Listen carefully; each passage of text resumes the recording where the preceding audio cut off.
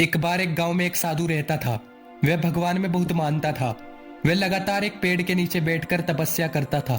गांव के सभी लोग उसकी बहुत इज्जत करते थे। फिर एक बार गांव में बहुत ही तेज बाढ़ आ जाती है। हर तरफ पानी ही पानी दिखाई दे रहा था। सभी अपनी जान बचाने के लिए इधर उधर दौड़ रहे थे। कई लोग ऊंचे स्थानों की तरफ बढ़ने लगे। इसी बीच लोगों ने देखा कि साधु बाबा पेड़ के नीचे ही बैठे हैं। सभी लोगों ने उनसे कहा कि वे अपनी जगह छोड़ दे और भाग चले। लेकिन साधु महाराज ने कहा कि तुम लोग अपनी अपनी जान बचाओ, मुझे तो मेरा भगवान बचा लेगा। धीरे धीरे पानी बढ़ता गया, पर साधु अपनी जगह ही बैठा रहा। पानी साधु की कमर तक पहुंच चुका था।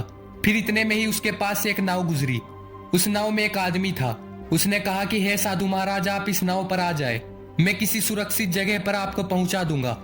लेकिन साधु ने फिर वही जवाब दिया कि मुझे मेरा भगवान बचा लेगा, मुझे तुम्हारी मदद की जरूरत नहीं है। और नाव वाला भी वहां से चला जाता है। कुछ देर बाद बाढ़ और भी तेज हो जाती है। साधु को लगा कि उसे पेड़ पर चढ़ना होगा और वहां बैठकर ईश्वर को याद करना होगा। इतने में ही उसे एक गड़गड़ाहट की आवाज सुनाई देती है। उसने देखा कि एक हेलीकॉप्टर उसकी मदद के लिए आया है। उस हेलीकॉप्टर में से बचाव दल ने एक रस्सी लटकाई और साधु को उसे पकड़ने के लिए कहा। लेकिन साधु ने फिर वही जवाब दिया, मुझे तो भगवान बचा लेगा, मैं इसे नहीं पकड़ूंगा।